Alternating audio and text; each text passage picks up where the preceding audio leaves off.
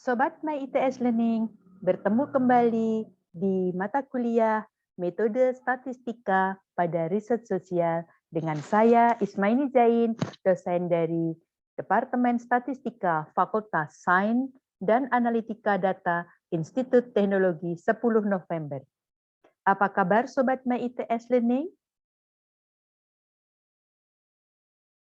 Oke, setelah kita menyusun tinjauan pustaka atau yang biasa ditulis di bab 2, maka kita sekarang akan membahas tentang prosedur atau tahapan riset sosial, khususnya menyusun metode penelitian.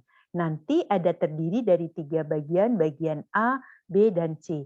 Karena disinilah nanti tahapan ataupun langkah-langkah riset sosial akan ditentukan.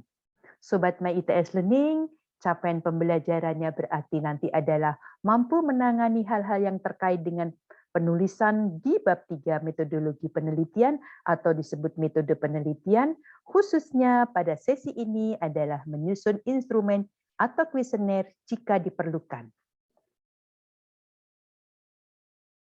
Sobat My ITS Learning, kalau kita mengingat kembali atau mereview proses penelitian secara umum, di mana permasalahan itu akan menyusun atau mengkonstruksi bab 1 sebagai pendahuluan, teori dan konsep hipotesis finding itu akan mengkonstruksi ada bab di tinjauan pustaka, sementara selanjutnya ketika kita menyusun bab 3 atau metode penelitian, maka di situ adalah segala sesuatunya tentang variabel.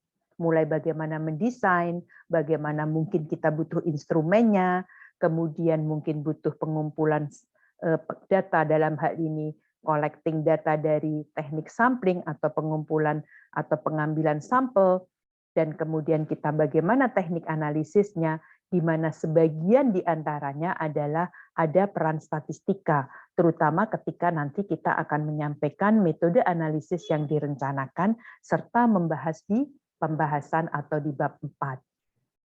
Nah, Sobat My ITS Learning, kita sesi ini khusus membahas tentang instrumen atau dalam hal ini menyusun kuesioner. Jadi kuesioner ini hanya diperlukan ketika nanti datanya data primer. Tidak semua riset sosial itu menggunakan kuesioner ya, tapi memang kebanyakan pada umumnya riset sosial itu banyak yang menggunakan kuesioner. Bagaimana cara membuat kuesioner dan bagaimana menampilkan kuesioner tersebut kita akan bahas pada sesi ini. Sobat My ITS Learning, jadi apa sih definisi kuesioner itu? Kuesioner itu sebetulnya adalah instrumen penelitian yang terdiri dari rangkaian pertanyaan-pertanyaan yang bertujuan untuk mengumpulkan informasi dari responden. Jadi nanti pasti akan ada responden yang akan mengisi. Cara mengisinya tentu saja akan bermacam-macam. Kuesioner menurut Sugiono tahun 2014 adalah teknik pengumpulan data dengan cara peneliti memberikan daftar pertanyaan atau pernyataan yang tertulis dan dijawab oleh responden.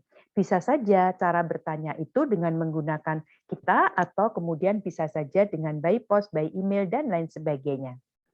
Sobat My ITS Learning, tujuan pembuatan kuesioner itu tentu saja untuk memperoleh informasi yang relevan dengan tujuan survei.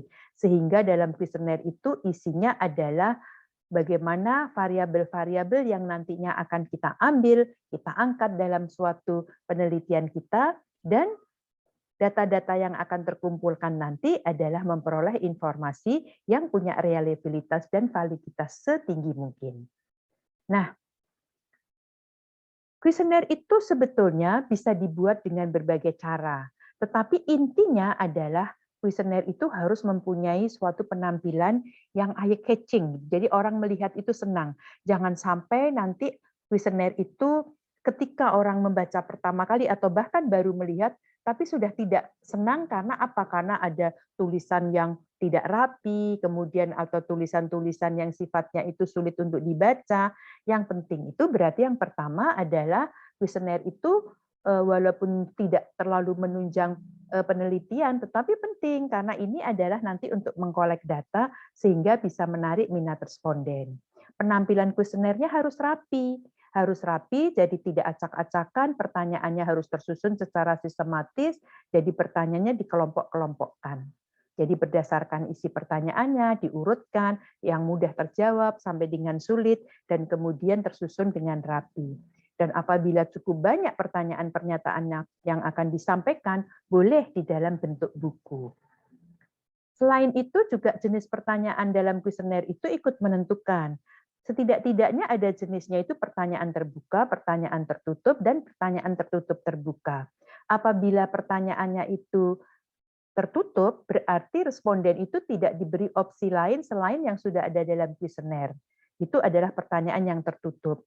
Namun kalau pertanyaannya itu terbuka, artinya responden bisa mengisi sesuai dengan aspirasi atau persepsinya sendiri, maka namanya adalah pertanyaan terbuka. Dalam mengolah data, pertanyaan tertutup dan terbuka pasti berbeda. Kalau pertanyaan tertutup, karena semuanya sudah ada opsinya, maka akan lebih mudah. Sementara kalau pertanyaan terbuka, si peneliti harus melakukan recording, mengelompok-kelompokkan jawaban dari responden. Nah, jalan keluarnya atau jalan tengahnya seringkali juga boleh dengan pertanyaan tertutup terbuka. Jadi diberi opsi dulu, lalu kemudian di bagian akhir boleh diberi pertanyaan yang sifatnya aspirasi yang tidak ada di dalam opsi yang sudah ada. Sobat My ITS Learning, jadi langkah-langkah membuat kuesioner. Kuesioner itu yang baik adalah kuesioner yang mampu menghubungkan antara tujuan penelitian dan metode pengolahan datanya. Jadi kalau kita ingat tujuan penelitian ini, maka tujuan penelitian itu pasti terkait dengan konsep atau variabel.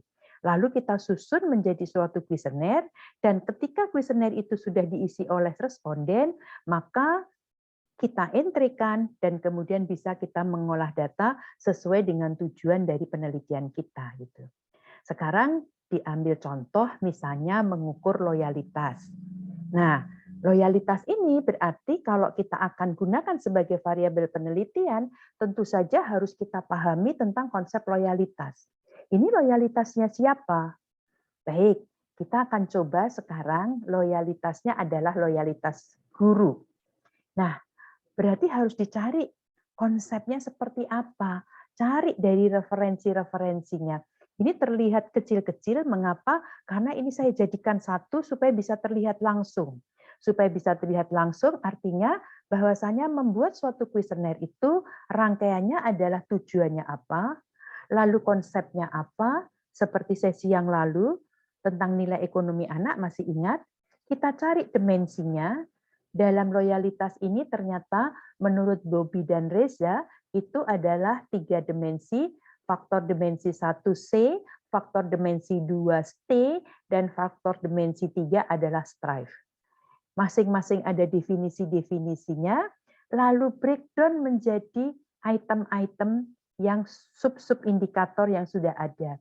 Di sini dituliskan bahwasanya kalau faktor C harus antusias, merekomendasikan, bangga pada sekolahnya, suka dan akrab, seperti yang di atas ini. Ya, jadi berapa jumlahnya, itemnya, indikatornya, itu adalah rancangannya si peneliti tersendiri. Dan setelah semuanya ada, lalu dituangkan dalam suatu kuesioner. Nah, seperti apa? Nanti dicoba oleh Sobat My ITS Learning. Di sini saya akan mencontohkan suatu kuesioner nanti yang dalam bentuk berbeda. Jadi misalnya saja seperti ini, variabel-variabelnya setelah disusun. Perhatikan kemudian ada suatu pengukuran-pengukurannya. Pengukuran-pengukuran yang ada di sini, kita bisa memberi skor nilai di sini 1, 2, 3, 4, 5. Itu adalah poinnya adalah 1 sampai dengan 18, disusun supaya responden itu gampang menilainya.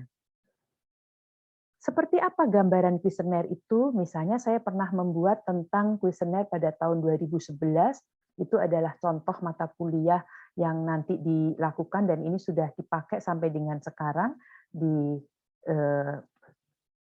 perguruan tinggi saya, dan ini dipakai seperti ini, dilihat di atasnya ada judulnya, ya, kemudian ada lagi apa itu?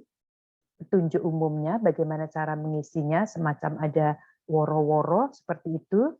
Lalu di bawah sendiri juga perhatikan ada kita menyatakan kerahasiaannya, berarti rahasia itu tidak akan disebarkan kemana-mana. Dan kemudian halaman berikutnya ada biodata responden. Ada pertanyaan terbuka, ada pertanyaan yang tertutup, misalnya jenis kelamin itu lebih baik tertutup. Tapi kalau usia, sengaja di sini usia dibuka karena tinggal mengisi lebih mudah. Fakultasnya dengan pertanyaan tertutup, kemudian jurusannya dengan pertanyaan terbuka. Lalu juga ada petunjuk tentang pengisian. Petunjuk tentang pengisiannya bisa dilihat seperti ini, ya, bagaimana apakah disilang, apakah dilingkar, dan kemudian mulailah kepada inti dari pertanyaannya. Ini adalah tentang reliability atau keandalan, tapi diberi kesempatan di bawah untuk menyatakan aspirasinya. Kemudian juga poin berikutnya adalah responsiveness. Di sini karena nanti analisisnya akan dilihat analisis gap, berarti nanti ada kepentingan dengan kepuasannya dibedakan, di kanan dengan di kiri. Kemudian juga pada dimensi berikutnya tentang empati, dan pada berikutnya adalah tentang tangibles. Jadi kepuasan itu indikatornya sangat banyak, tidak hanya sekedar sarana prasarana, tapi juga tentang empati dan lain sebagainya yang berdasarkan teori-teori yang sudah ada, narasumber, para pakar mengatakan seperti itu. Nah, setelah didapatkan kuesioner tersebut, baru kemudian kita akan memikirkan bagaimana kuesioner tersebut akan dibagikan kepada responden. Yang terakhir adalah tentang assurance. Nah, tentu saja nanti metode pengisian kuesioner itu akan bermacam-macam. Pada zaman dahulu atau pada cara lama yang konvensional itu lebih banyak diterapkan yang namanya face to face, yaitu metode interview tatap muka.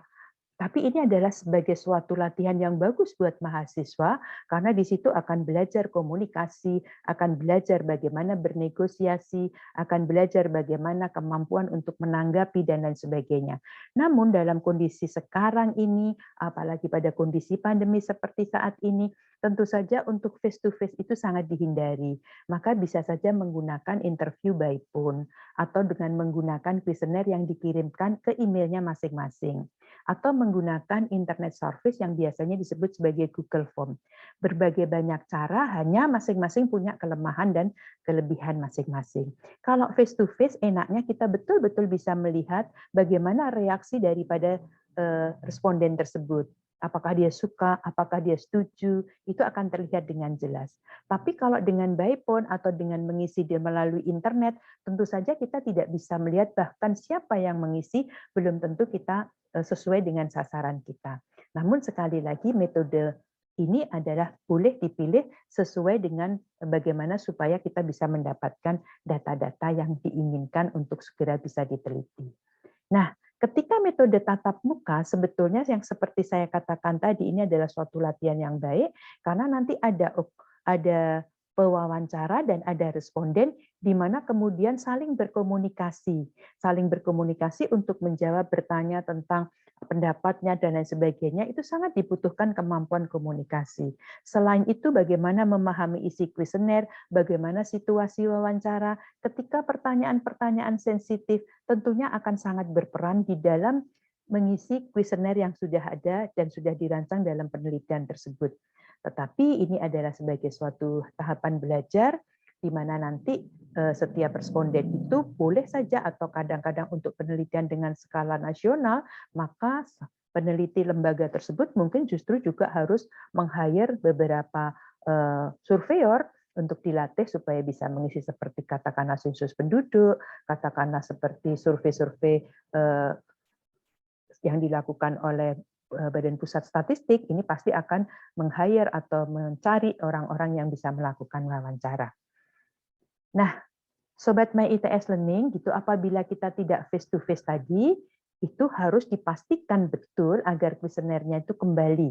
Nah, kadang-kadang dengan by post itu berdasarkan riset-riset yang sudah ada, tingkat pengembaliannya itu sangat rendah.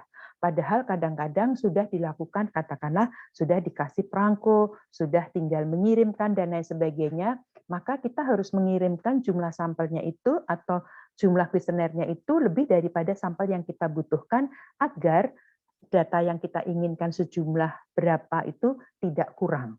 Ya, ada juga dengan model dikirimkan melalui fax. Jadi juga ada dengan pengembalian pengiriman yang secara otomatis. Ini adalah berbagai metode untuk menyampaikan kuesioner kita kepada responden. Nah, tipsnya survei untuk survei elektronik, buatlah semudah mungkin untuk digunakan oleh orang lain. Karena ketika responden itu mengisi, seringkali responden itu jangan sampai waktunya habis untuk digunakan untuk mengisi. Kadang-kadang kita boleh menyampaikan bahwasanya kalau mau mengisi ini paling hanya 10 menit, paling hanya 5 menit. Itu perlu disampaikan agar dari sejak pertama kali responden itu sudah paham berapa waktu yang akan digunakan untuk mengisi kuesioner tersebut. Jadi buatlah menggunakan web, boleh menggunakan email sekaligus atau dengan menggunakan Google Form. Dan harus rajin melihat respon yang masuk. Katakanlah ditanya apakah ini harus diapakan, apakah pertanyaan ini, maka peneliti tersebut harus rajin-rajin melihat respon atau reaksi daripada respondennya.